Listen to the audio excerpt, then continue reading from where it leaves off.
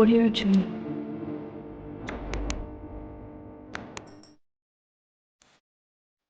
In the heart of southeastern Nigeria, where the sun dipped into the horizon and painted the sky with hues of crimson and gold, there existed a thriving kingdom called Igbo.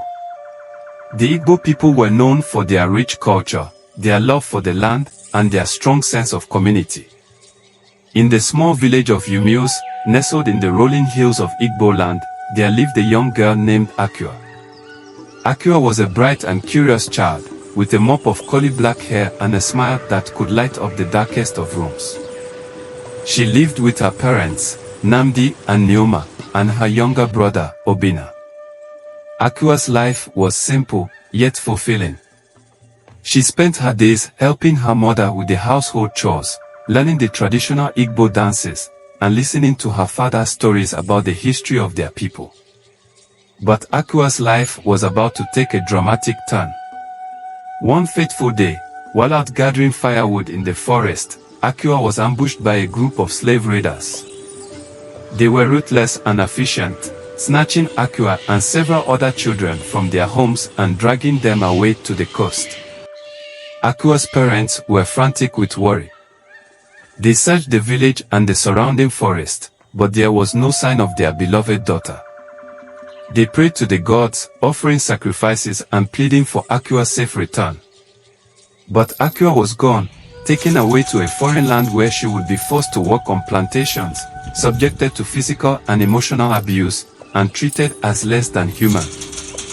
The transatlantic slave trade was a brutal and inhumane system that tore millions of Africans from their homelands and forced them to work on plantations in the Americas. The Igbo people were among the many African ethnic groups who were affected by the slave trade. Akua's journey was long and arduous. She was packed onto a crowded and filthy ship, where she was forced to endure the harsh conditions of the Middle Passage. Many of her fellow captives did not survive the journey, but Akua's strong spirit and determination kept her alive. After months at sea, Akua arrived in the port city of Charleston, South Carolina. She was sold to a wealthy plantation owner, who put her to work in the fields alongside dozens of other enslaved Africans. Akua's life on the plantation was harsh and unforgiving. She was forced to work from dawn till dusk, 6 days a week, with little rest or respite. She was subjected to physical and emotional abuse, and was treated as less than human. But Akua refused to give up. She found solace in the company of her fellow enslaved people, who shared stories of their homelands and their ancestors. She also found comfort in the traditional Igbo songs and dances that she had learned as a child, which she would secretly perform in the dead of night. As the years passed, Akua became a leader among her fellow enslaved people. She organized secret meetings and prayers, and helped to plan escapes and rebellions. Her bravery and cunning earned her the respect and admiration of her peers, who began to call her Akua, the Unyielding. One day, Akua's chance for freedom finally arrived. A group of abolitionists, who had been secretly working to undermine the slave trade, offered to help her escape. Akua seized the opportunity, and together with a small group of fellow enslaved people, she made a daring break for freedom.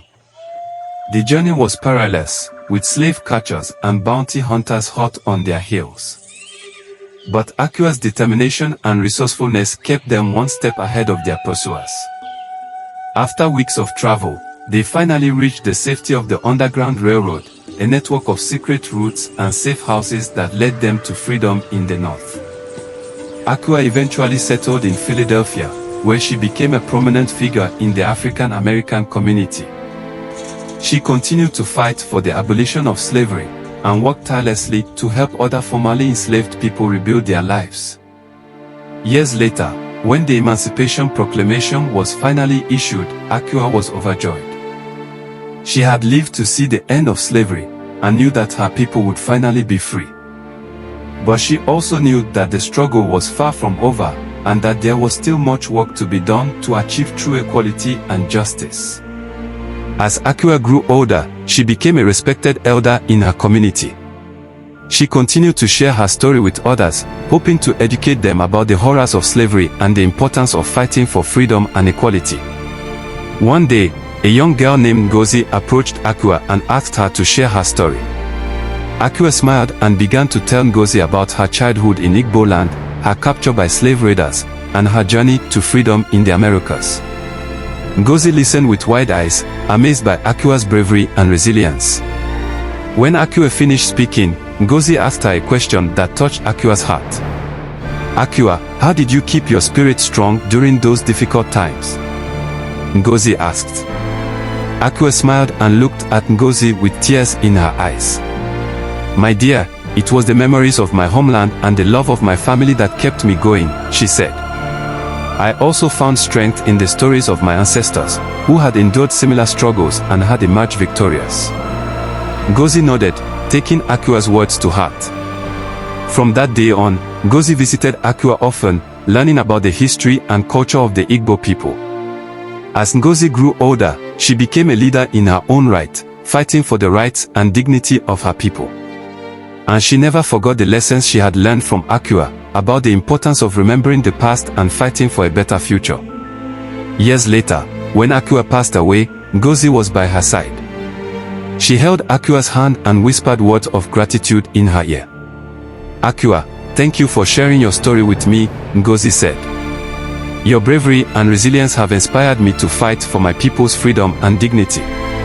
Akua smiled weakly and nodded her head. "My dear, it is not I who should be thanked," she said. "It is the ancestors who have guided me on my journey. May their spirits continue to guide you on yours." And with that, Akua closed her eyes and passed on to the afterlife, leaving behind a legacy of courage, resilience, and determination. The story of Akua and Ngozi serves as a reminder of the importance of remembering our past and fighting for a better future. It is a testament to the strength and resilience of African people, who have endured centuries of oppression and yet continue to thrive and flourish.